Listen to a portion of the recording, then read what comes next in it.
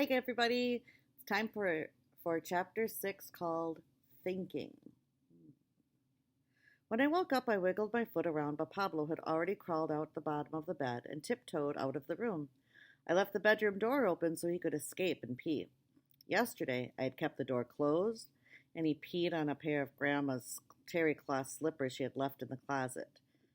I didn't tell her about the slippers.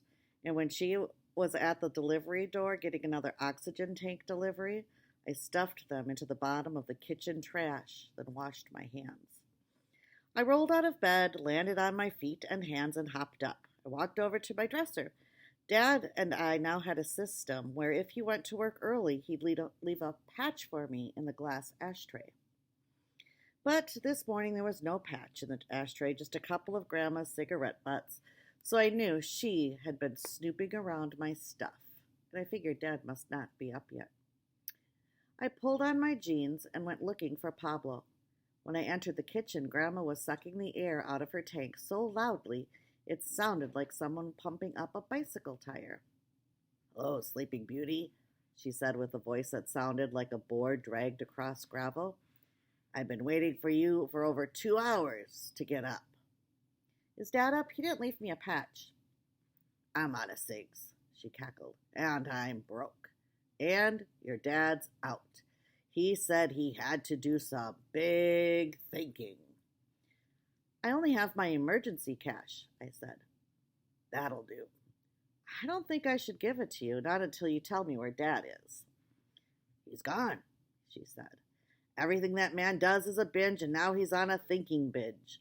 And he's in love with each and every one of his big thoughts. But forget about him for now, and think about this, mister." She stopped and sucked in a crackling breath. "No cash for me, no dog for you." "Pablo!" I shouted, looking left and right and ducking down to peek under the table.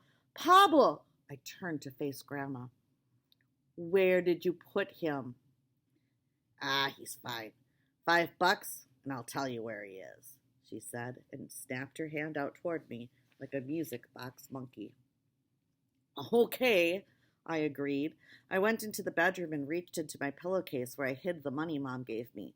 I had a $20 bill in my quarters. When I returned to the kitchen, I blurted out, "You could only have 5. "Ah, settle down. I'll give you change." I held out the 20 and she snatched it with her quick fingers. "Where's Pablo?" "Check the TV cabinet," she said with her voice grinding to a halt as a spasm of coughing left her bent over. She turned and spit something into a matted handkerchief, then leaned back against the counter and closed her eyes. I ran to the living room. The TV was tuned to a Sunday church show. I turned down the volume, and I could hear Pablo whimpering and scratching behind the cabinet door.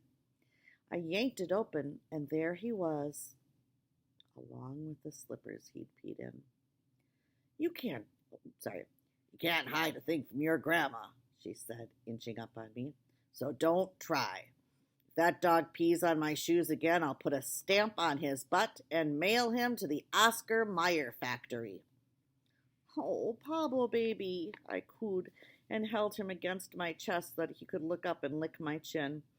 His fur smelled as nasty as her slippers. "Come on," Grandma said. "Enough of this love fest. You have to get me to the corner store, 'cause they won't sell you cigs on account of your age." "1 minute." I got Pablo rinsed off in the kitchen sink and met Grandma on the front porch. The grocery cart with the old cushion was still on the sidewalk. I helped her climb up the stepladder, got her oxygen tank in place, then I strapped Pablo to his baby seat and we were off. I went down the street to avoid the broken sidewalk. I wasn't worried about cars because the way we looked, I figured drivers would be plenty worried about us. "So," she said, "have you met Carter's girlfriend yet?" "Do you mean Lizzie?" "Who else?" "Yeah." I think she's a bad influence on him. Every time your father gets a girlfriend, he forgets he's a born mess. So it doesn't take him long before he loses control of his senses and goes down the drain." "Really? I thought she was really nice. Every time Dad got crazy at the game, she settled him down." "Well, you haven't seen him unravel like I have. And I can tell you, his downfall always starts with getting a new girlfriend. Just don't tell your mom about her. If you have any hope of getting them back together again, you can't tell her about Lizzie. I guarantee you. Once Lizzie gets wind of how nuts he is, she'll head for the hills. You can bet on that. I could feel myself being pulled apart between Mom and Dad, and I kept pushing the rattling cart down the street. I was wondering if when you got married you always told the other person the truth all the time, because it seemed to me that I could only tell Mom some things about Dad and could only tell him some things about her. Then I thought, maybe that's why their marriage broke up. Maybe it was because they didn't tell the truth to each other. When we got to the store, there wasn't a curb ramp, so Grandma said to park her out front. Tell the cashier, either Betty or Claire, to come out here and speak to me if they need proof that the things aren't for you. I lifted Pablo and brought him with me. I didn't want her to dog-nap him for the rest of my $20. When I asked the cashier for 2 packs of generic menthols, she gave them to me without blinking an eye. You know, they're for my grandma. She's outside in a shopping cart. Well, better her than you, she said dryly. Before I could get out of the store, I grabbed a can of dog food and a shoe-shaped chew toy for Pablo. He was already up to his old peeing tricks, and I didn't want him chewing, too. Next time, Grandma might hide him in the freezer. I also got some batteries for my tape player. When I returned with the cigarettes, Grandma ripped a pack open like they were the only medicine in the world to save her from a rattlesnake bite. She got one started and puffed so much that all the way home I kept thinking we were like an old train.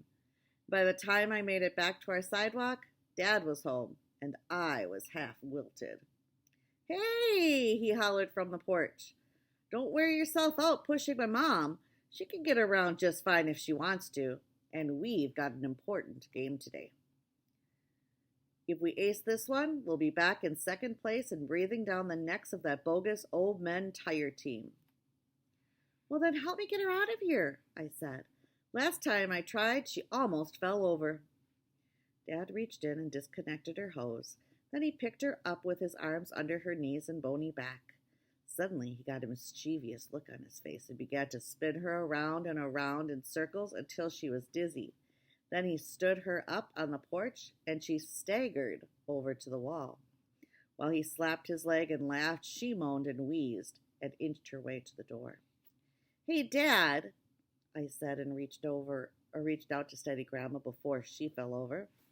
Can I call my mom? Sure. He was still laughing at what he'd just done. I let Grandma into the house and set her on the couch. My oxygen, she begged. I ran back out to the cart and brought it to her. She smiled and gave my hand a squeeze. I looked down at her and couldn't feel anything else about her except for how sorry I felt that she was in such bad shape. You okay? I asked as she began to breathe more evenly. She just nodded. Then, between breaths, she said, Mark my words, I'm gonna get that old son of a gun. He's been sneak drinking again, and I got to do is call your mom, and then... She snapped her fingers. She'd be here in a second. I turned and ran for the telephone and wanted to get there first. Mom answered right away, and I was so happy to hear her voice, I started talking like a switch had been flicked on. I pitched in a game, and it was great, and I have another game today, I blurted out, full of happiness. I like baseball, and I didn't even know it. Yeah, I used to love baseball too, she said. Get your dad to show you the Roberto Clemente ball I gave him about 1,000,000 years ago. It should be worth a bundle by now. Oops, I thought. I didn't want to tell her I had skinned that ball all up that you could hardly even find the signature. I didn't know you liked baseball, I said. There are a lot of things about me you don't know, she replied, suddenly sounding like a stranger, as if I had always lived with Dad and she was the one I didn't know. Dad likes baseball too, I said. Maybe you could come down and the 3 of us could go to a game together. Don't go there, Joey, she said with the same cold voice she had used on me in the car. Ask your dad to show you the scar over his eye where I bounced that Roberto Clemente ball off his thick head. But I wasn't listening to her. I just had a picture in my mind of Mom, Dad, me, and Pablo at a Pittsburgh Pirates baseball game. The four of us, in a row or in a circle or a square, or standing on top of each other's shoulders like a nutty circus act, all eating those foot-long hot dogs and sharing a bucket of sodas. It didn't matter how we were, as long as we were four. "Hey, Dad," I yelled across the room. "Do you want to talk with Mom?" As I waited for his answer, I could hear Mom saying, "No, no, Joey, no. Joey, do you hear me?" I heard her, but I wasn't listening. "Sure," Dad said. "I'd love to speak with her." And as he came toward the phone, he passed a mirror, and for a moment he paused and ran his head through his hair as if Mom was at the front door and he was trying to look handsome for her. I handed him the phone. Hi, Fran," he said, then turned away and hunched his shoulders over for some privacy. "Tell her she could come and visit," I said, and I circled around to see his face, but he kept circling away from me until the cord had him wrapped up like Houdini. "Tell her to visit," I yelled, and I danced from foot to foot. "Visit, visit." He turned to me and snapped angrily, "Stop it. She doesn't want to visit." "Make her. Tell her you want her to come," I said. Dad jabbed his finger in his free ear as he listened and spoke.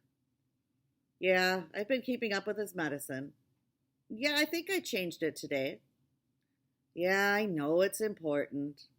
"Yes, I'm living up to my responsibilities. And no, I don't think I need your advice." "Yeah, here's Joey."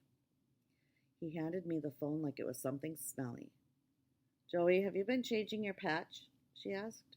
"Yeah, well, not today, yet." "You sound just like your dad," she said. "Well, we're guys. That's how guys are." I glanced over at Dad, and he winked at me, and I winked back. "Hey, Dad," I yelled so Mom could hear. When can we go back to the tattoo parlor?" Dad's eyes bugged out, and he put his finger over his lips. "Joey," Mom said, "listen to me. I want you to hang up this phone, immediately change your patch. You got that? Or do I have to come and get you?" "I got it," I said miserably, knowing I had gone too far. "I was just joking." "Well, then how come I'm not laughing? You know why? Because you scare me when you get carried away and I'm not around to know if you're joking or gyrating. Do you know what I mean?" "I know," I said, while suddenly wanting to get off the phone as desperately as I had a few minutes ago wanted to get on it. "I'll let you know how the game goes," I said. "Yeah," she said. "Do an official score sheet and mail it to me. I like the stats." As soon as I put down the phone, Dad had his hand on my shoulder. "Come on," he said. "You seem fine to me, but we better get that patch changed before your mom shows up with a lawyer." "Hey, Dad, let me see that scar above your eye." He squatted down and pointed to a red line that looked like a tiny railroad track. "This is where she beaned me," he said. "And now that I think of it, I bet you got your good arm from her." As soon as we were in the car, Dad started talking. It was like he couldn't stand to have anything moving faster than his mouth. "You know, Joey, all morning I've been over at Storybook Land," Dad said as he lit up a cigarette. "I went over to see old Humpty Dumpty and do some thinking, and Humpty didn't let me down. Here's what I came up with. In life, you gotta have a goal. Big ones or small ones, I don't care what size. Just have a goal, and right now we have the same goal, Joey. I know you want to know me better, and I want to know you better. This is the whole reason why you are here this summer. But we can't share my past. And when you're here and return to your mom, I won't be there to share your future. But right now, this summer, you and me, this is the time for us. We can win this baseball championship. And long after you're gone, I can think of this time and how my boy and me were the biggest winners on the field. This is our goal, Joey, to be champions together. This is what I've been thinking about all morning. And who knows, maybe next year you could come back and we could do it all over again. But one thing at a time, let's be winners now. What do you say?" I just looked over at him and I had tears in my eyes because it's something I've wanted to hear from him. And I had stared at and as I stared at him, he reached out and put his hand on mine, and I could feel it shaking. And before long, my hand began to shake too. Let's do it. Let's be champs, I said. Right on, said Dad. But I'm going to need help. I really don't know what I'm doing. Don't sweat it. Remember, you're the caveman with that rock. That's all you need to know. Now listen to this. Lizzie and I were working on the lineup, and we both decided you're our number one pitcher. Now we're talking strategy. First, we got to beat Ritter's Diner tonight. Then we got to beat Emerson Real Estate. Then the semifinals. Then knock off who is in the other Pal field for the North Side Championship. Do I have to pitch every game? I asked. Yeah, Joey. Otherwise, we don't stand a chance. But I'm excusing you from practices. I don't want you wearing out your arm. Hey, Dad, can you make sure Grandma and Pablo come to the game and that Pablo wears his jersey? He's my good luck charm. Will it make you pitch better? Dad asked. Yeah, I said. No problem. When you take the mound, they will be in the stands. Scout's honor, I'll have Lizzie get them. I smiled. I wanted Pablo to watch me win.